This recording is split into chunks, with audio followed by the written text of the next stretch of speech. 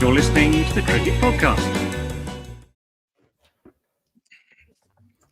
Hello, everyone, and welcome to the Cricket Podcast, where we're going to be talking about India v England, day one of the 5-Test series. It's finally here. The new year, really, it's finally just arrived now. We've got cricket. It was pretty good cricket, an exciting day's play. And as I said, we're going to talk about it. I'm Jack Hope. I'm joined by Max Rowe Brown. How are you doing, Max?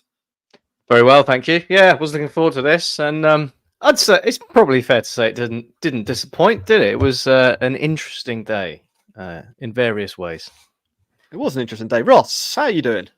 I'm good. It's an opening gambit for me where I've actually changed my allegiance this year. So I've gone from being an England fan to actually being an India fan, and I've actually got my new top on underneath this, as you can see. So what's classic really glory hunter? So it's been a great day for me and my Jasprit brother, and it's a shame that Rohit threw it away. But what a great performance by the lads! Incredible with the ball, and if it wasn't for Ben Stokes, who's a thorn in everybody's side, my beautiful India team would be in a great position. If you can't beat them, join them. Dan Weston, you're also with us. How are you doing, Dan? Yeah, I haven't gone as far as Ross with the India shirt, but I think that I'm pretty confident now that what I said the other day on the pod is certainly manifesting itself. Right, before we get going, just a quick reminder that you need to vote for the Cricket Podcast. I think we're in the last week of voting for the Sports Podcast Awards. So if you haven't voted, head to the show notes now. There's a link. Click it, vote. It takes about 20 seconds, and we will be eternally grateful. Hopefully we bring home that trophy, or at least a podium finish. I'd take a Fernando Alonso if I was honest right now. Max, let's dive straight in from your perspective. Can you summarize the day's play? There's quite a lot to get through, so I'm interested to hear what your thoughts are. Of course. So I was saying just before, last night, really, in the afternoon, less than 12 hours to go before everything got going. I was so desperate for England to win the toss so that they could bat first, because I couldn't wait any longer to see what was going to happen with England and Bazball in India. And I got my wish. England won the toss and they batted first. And it was exactly what everyone thought would happen for, 50 overs. Zach Crawley and Ben Duckett actually got England off to a pretty decent start. They fell. Ollie Pope was, I'd say, very thoughtful. Still can't play spin. Yeah, he was really thoughtful in just not wasting anyone's time. He just got his bit out the way so he could concentrate on everything else. Lots of starts, but the odd rash shot or a bit of magic bowling meant that India kept plugging away, and before you knew it, England were 155 for 7 and in familiar territory. But it was also familiar territory for Ben Stokes, who then took the opportunity to show off his new bionic knee. Perfecting his switch hit as he'd done. Presumably that was his main focus of physio. After his surgery, it's all about strengthening the muscles. What better way to do it than by repeatedly practicing a switch hit? And it worked well, ably supported by some of the bowlers, and England ended up with 246. And at that point, we were all sat there like, oh my God, England got over 200.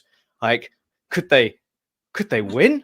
Is this game going to go for almost a full 3 days? What's going on? This is incredible. And then Jasprit happened, and we were brought back to earth with the thud of all thuds, and no bigger thud probably than poor old Tom Hartley, who bowled 9 overs on the spin and went for 63 runs.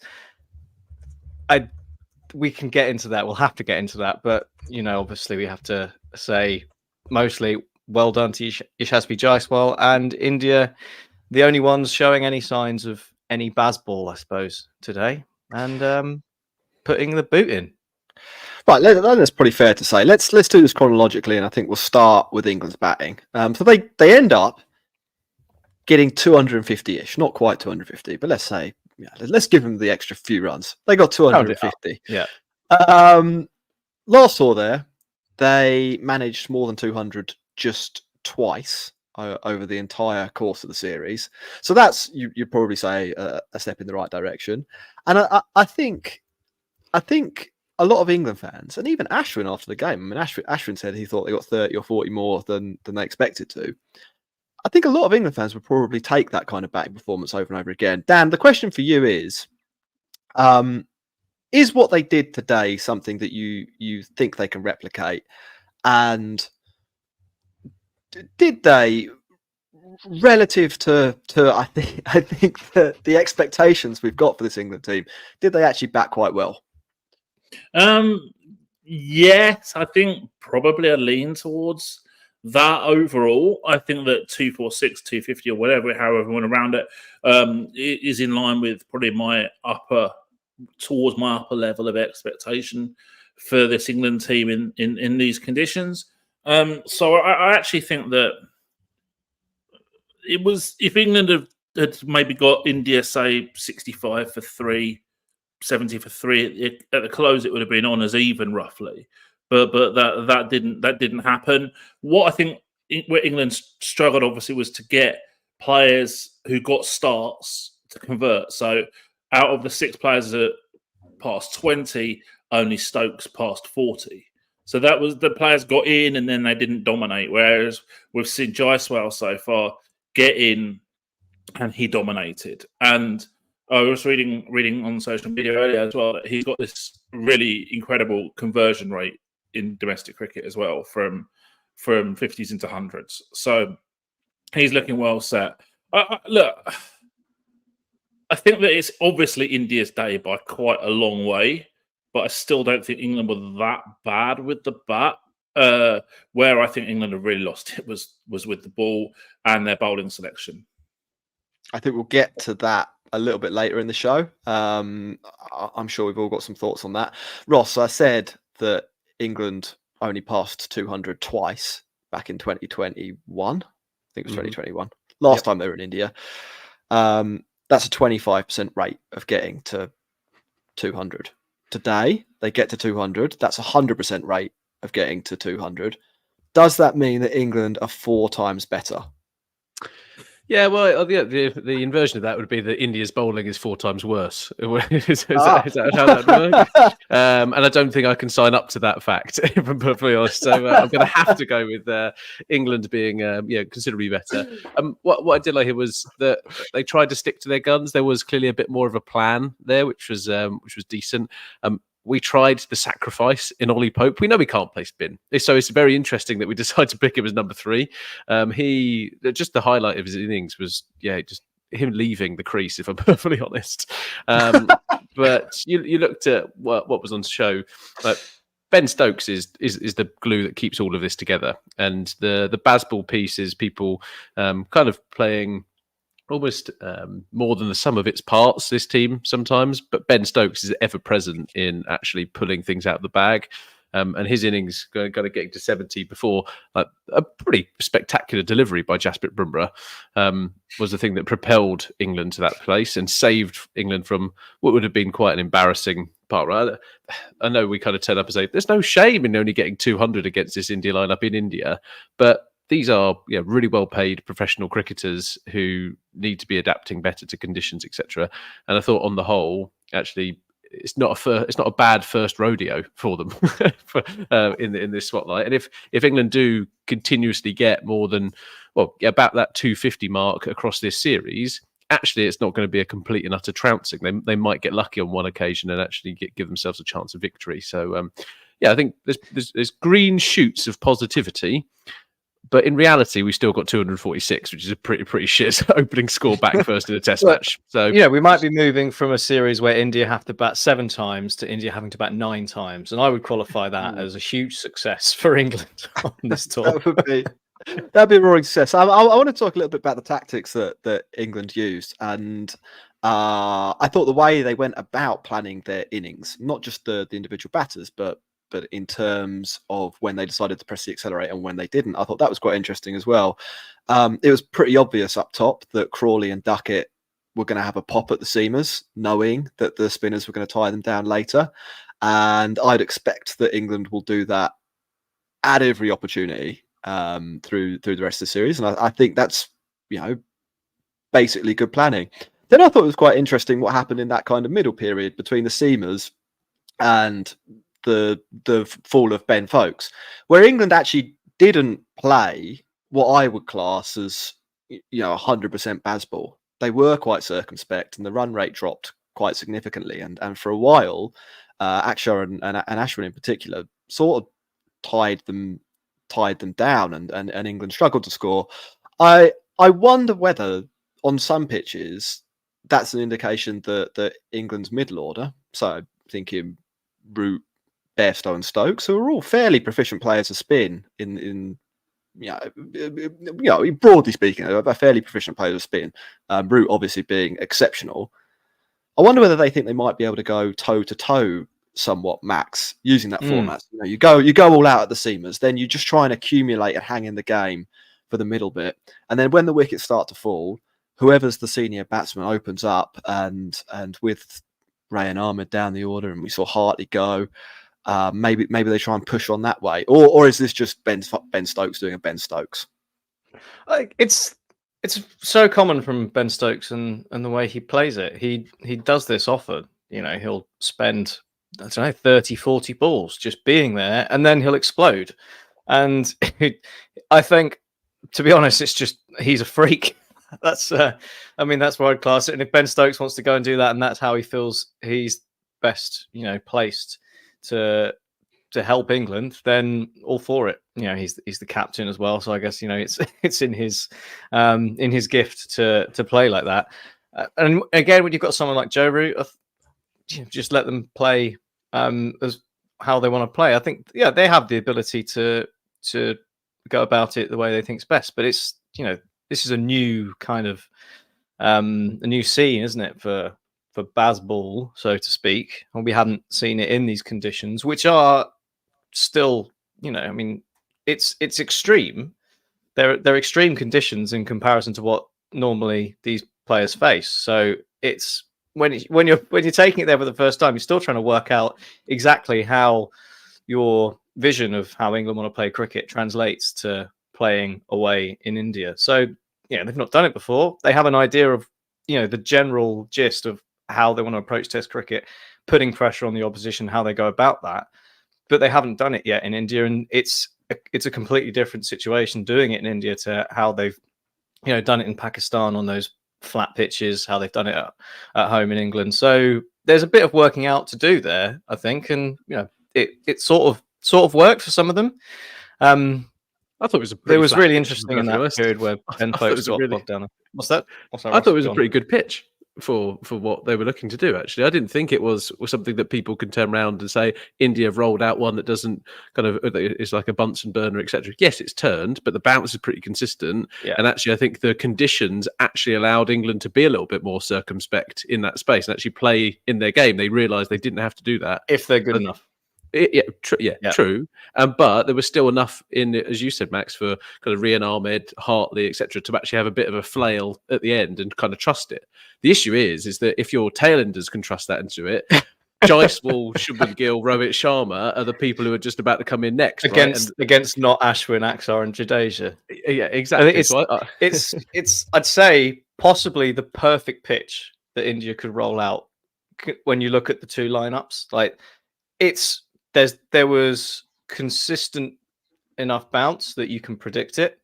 There was loads of turn on offer if you were good enough to extract it, which India's bowlers are. And I didn't get the suggestion that maybe England's bowlers were quite up to the task of getting as much turn out of it as India's bowlers were, and that's exactly where India wanted to be. And it's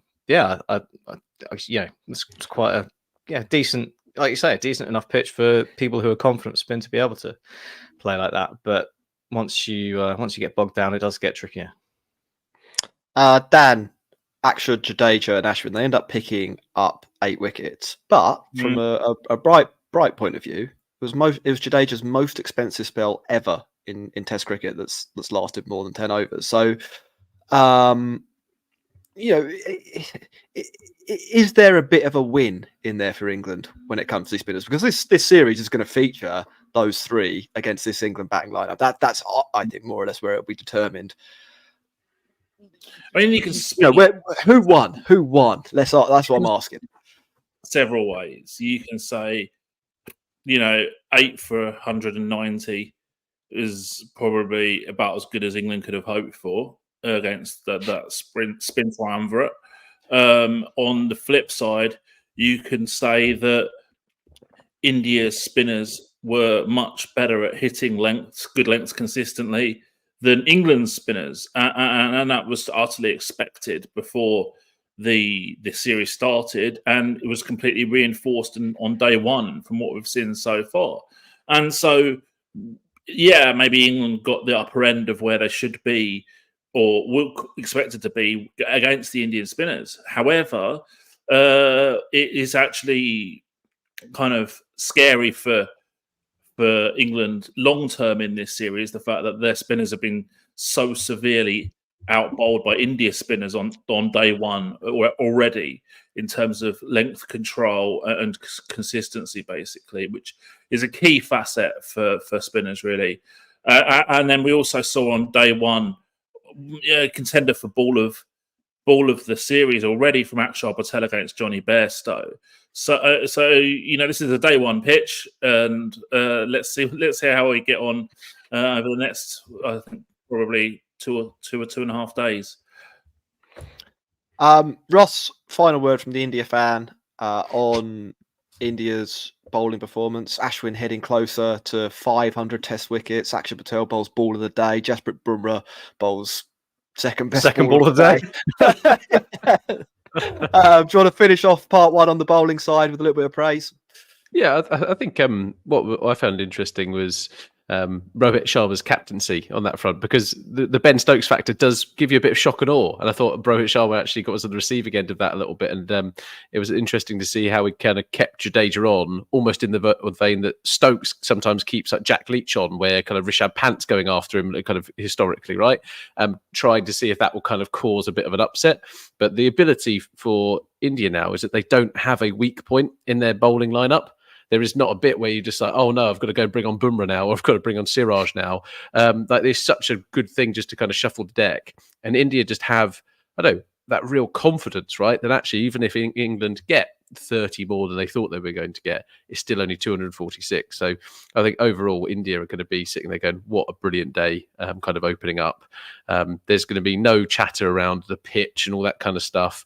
I think it literally just showed today how brilliant this India bowling lineup was, even with all of them not actually firing in all cylinders, and yet they still have a commanding position going into day two. Right, we're going to take a break now. But before we do, if you're watching on YouTube, do click like and subscribe. And if you're listening later on Spotify, Apple, Acast, or one of the other innumerable podcast platforms, you need to click subscribe too. We'll be back in a few seconds. You're listening to the Cricket Podcast.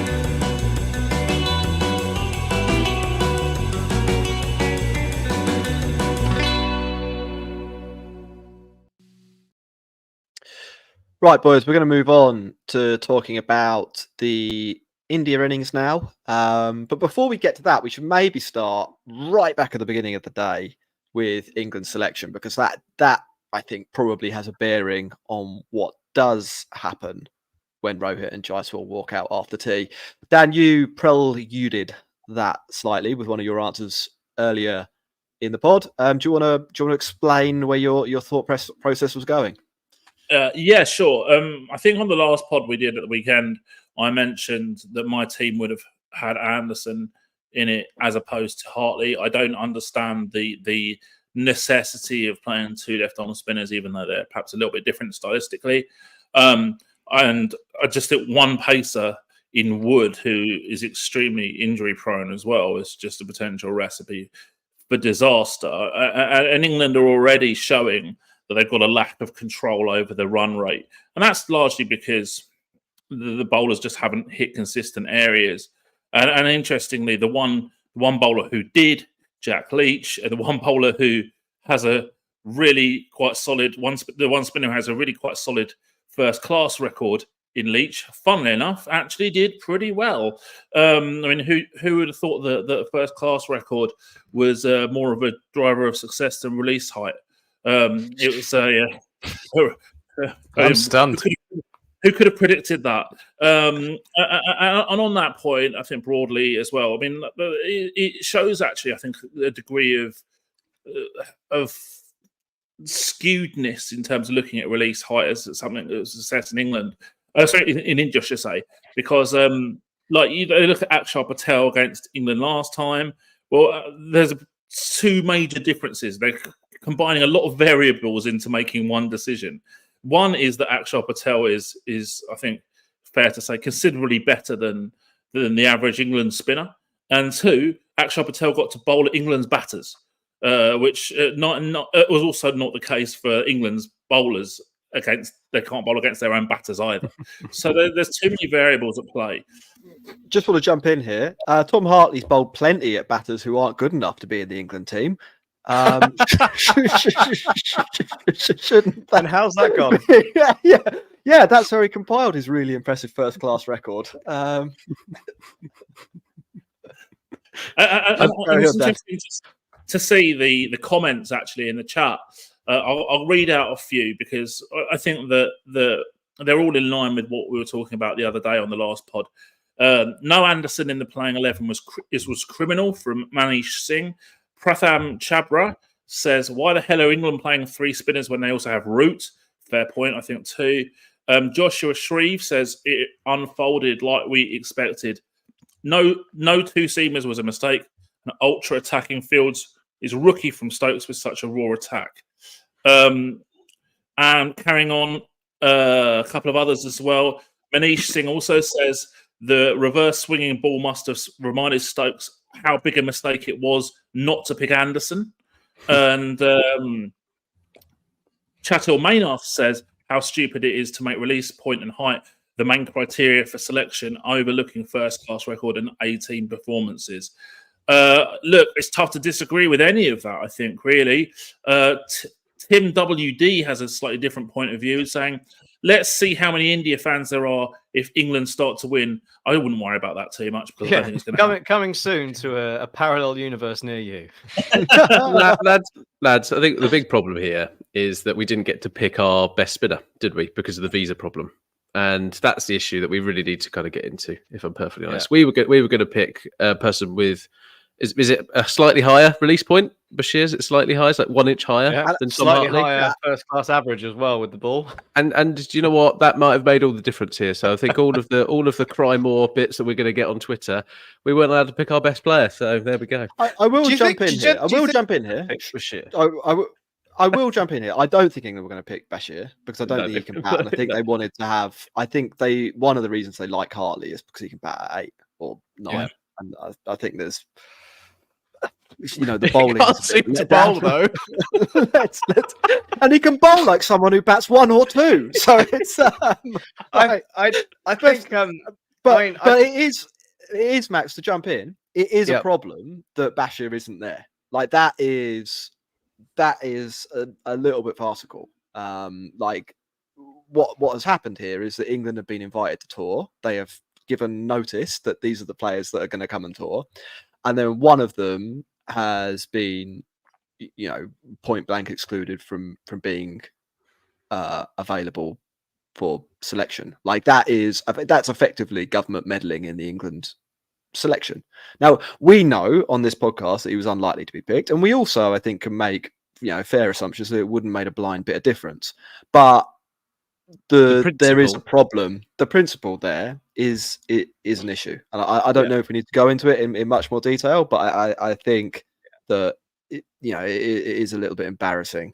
That I mean, if Ryan Ahmed hadn't made an England backup squad for the World Cup, he probably would have been in the same boat. And then you do start talking about what England would have picked, and there's been stuff about stamps in passports and where it had to happen, but let's be honest, everyone else had a stamp in time, so that argument just doesn't even work. But I like the argument, Max, and it's silly, but it wouldn't have made a difference. I like the argument that Bashir should have stayed in England where it was -10 and practiced there last week or for early January while the rest of the team went out to do their practice in Abu Dhabi. Like it's ridiculous. Like he's supposed to. Maybe if you want an actual good test series, you've got to have players able to practice. Maybe what it was that actually the Indian visa office or Homeland Security, whoever deals with it, was so shocked by the concept that England had picked someone called Prashad Bashir. They must have just assumed that it was a spy or some sort of underhand tactics, and that there's who is this guy? He's not even I don't even know who he is. He can't be a cricketer. He can't be playing for England. And to be fair, what's he doing? That would be absolutely a valid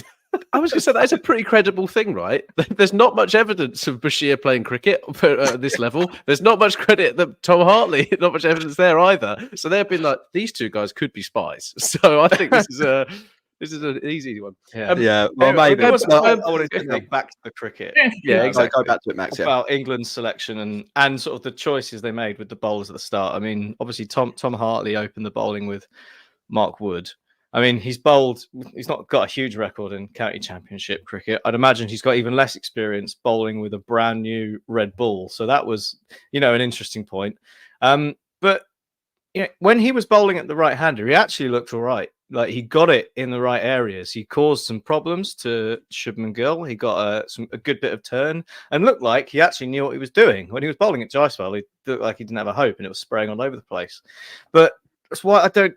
He bowled 9 overs on the trot. Why at no point did Joe Root bowl at Jaiswal? Like, we saw the turning ball away from both Rohit and Shubman Gill cause some problems. Why wasn't Joe Root bowling at Jaiswal something that we did at any point, especially after all the little teasers of Joe Root might open the bowling and didn't even go? I thought that was really bizarre, but I don't know what your take was. It's better than else. I don't know. Not that I really think that it is, but you can just kind of see that argument happening. And yeah, Root should have bowled against Jaiswal when he was really making hay against Hartley for sure. I think definitely, and I think that actually on a side note to that Bashir discussion, look, let's disregard the politics of the situation completely.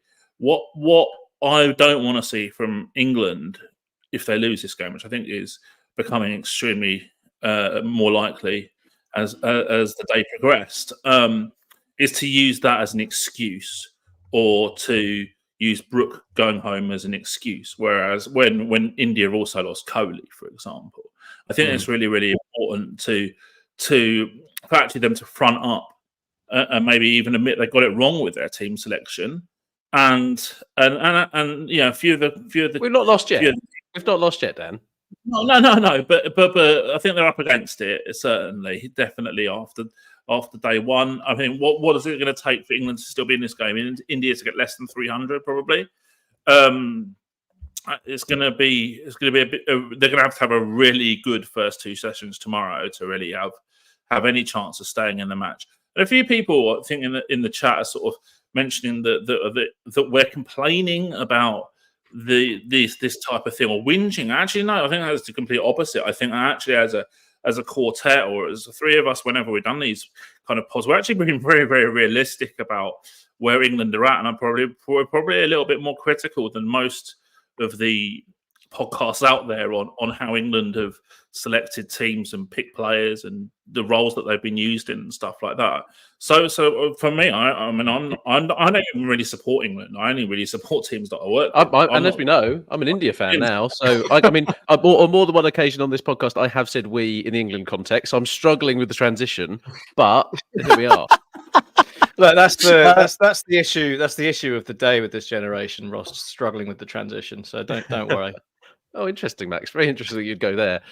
When it comes to opening the bowling, I thought that Stokes got it wrong. I was very, very surprised that Hartley is already going to be a nervous wreck anyway on this front. Giving Hartley the new ball. Dan, I don't have the stats, but I'm going to go out on a limb here and say that Hartley hasn't opened in first-class cricket at that with a red ball ever in his cricket career. Joe Root, Max, you mentioned at least the left-hander is on show. Rohit Sharma is at the other end and could probably munch Joe Root, but he did take 5 for 8 last time he was out there, or whatever it was, 8 for 5, 5 for 8, 5 for 8, yeah, 5 for 8. So I was a little bit surprised there, and Wood only bowling 2 overs as well was also a little bit surprising. When Hartley is going at pretty much 10s and over for the first 5 overs of his spell, just take the boy out of the attack. It's not really Stokes' style, is it? As much as I agree with you, he's let's let them get to 119 off of 23 overs. School hard knocks. He's already dead. We've not really mentioned, I think, in enough detail, Jaiswal's batting. God, Superb Max, you player. say some nice things. Whenever I say praise someone Yeah. to Ross, he just goes on to criticise something else. So can you praise Jaiswal? he's like an inverse politician. Yeah, it is. Yeah. Jaiswal was immense. Obviously, he set the stall out from that first ball that Hartley bowled. It was the immediate, I'm going to dominate you. That was a great way for him to approach it. It's really refreshing, but I was just so impressed with how well he picked up length. The lengths weren't good from England's bowlers, but he punished every single time. He punished it. Anytime they ever so slightly overpitched, he was driving. Every time they slightly, dropped short, he dropped back and hammered it. He was phenomenal, really impressive, and fully deserves 100 when he goes on to get there tomorrow. He's got it's not just an IPL record, it's a really good looking start to his red ball career. So could be looking at an all format great. And what a performance. But yeah, I was just so impressed with the way he came out and dominated England after, India could have been a little bit hurt, right? After Ben Stokes' 70 at the end. I think they looked a bit, not shell-shocked, but downbeat when they walked off, having let England get to 250 odd or whatever. Rohit looked a bit scrambled at the end when he was doing that weird thing where he just kept the entire field back for the whole over when Ben Stokes was on, which I thought was really bizarre. So there were signs perhaps that, India might have been a little bit rattled, as rattled as you can be when you've bowled a side out for 246. But he came right out and put the pressure all back on England. And yeah, full credit to him. Great game awareness, great intensity, and great batting. Well done. Max, that point around game awareness, brilliant, right? I think he knew that Hartley was going to be shitting himself, right? I was disappointed not to see Jaiswal in his classic pink shrimp pads. But, that's Test match cricket. But the way in which he managed that and some of the shots that he's got in his repertoire, just the mentality there at still such a young age, and the fact that he's literally there taking it down and completely outshone Rohit Sharma in that space and was just completely in control of his game. Dan, I saw you tweet that it's very rare that you see people coming through at the moment who definitely, potentially could be brilliant players in all three formats of the game. And you saw today that Jaiswal has the ability to combine those, right? And the aggression and the style that he had today, and they weren't even small sixes, right? He literally deliberately put it, and he was putting them 25 rows into the stands. And it was a real statement innings, I thought, from Jaiswal. And if there was any questions that could he face up to a new bowling lineup against this Bazball team, I think first innings he's put that to bed, and he's going to be a pretty difficult character to get past in this 5-match Test series. Right, so we're going to move on to the final. Sorry, Dan, could you say that again? I talked over you. Hour and a half of box office batting that was from Jaiswal. Yeah. As Ross said, I was tweeting about it earlier, and for me, one of the few batters genuinely that I'd pay to watch in any format. Vijay Shankar, Jaiswal, Paul Walter. That's why I'd be third on my list. Final point is whether we've got any big brain ideas to stop the massacre. My only one is somehow cloning Jack Leach and maybe attaching him to Tom Hartley's batting or something like that. I've got one right there for. I've got one right there for you, Jack. He picks up Rohit Sharma again. That's in 7 innings, 95 runs, 5 dismissals, averages 19 against Rohit Sharma. He's got a bunny there. A proper bunny has Jack Leach. Who opened the bowling again? Bowled, yeah, really good. He bowled really, really well. Economy rate nearly 5 runs better than England's next best spinner. So to go back to the original question, Dan, do you know whether it's possible to clone Jack Leach? And if not, is there a way that we could maybe get him to bowl from both ends? Well, earlier on, Jack, you may remember I was WhatsApping you about trying to get someone to invent an alarm clock that only went off if England were batting first at 4 o'clock in the morning. And you seem to think that AI would be possible. I think it's a good business model for someone to try and charge a quid or two for that service. However, I mean, if I can't work out how to do that, I ain't going to be able to work out how to skills are quite limited in that area, unfortunately. So I'll leave that down to somebody else.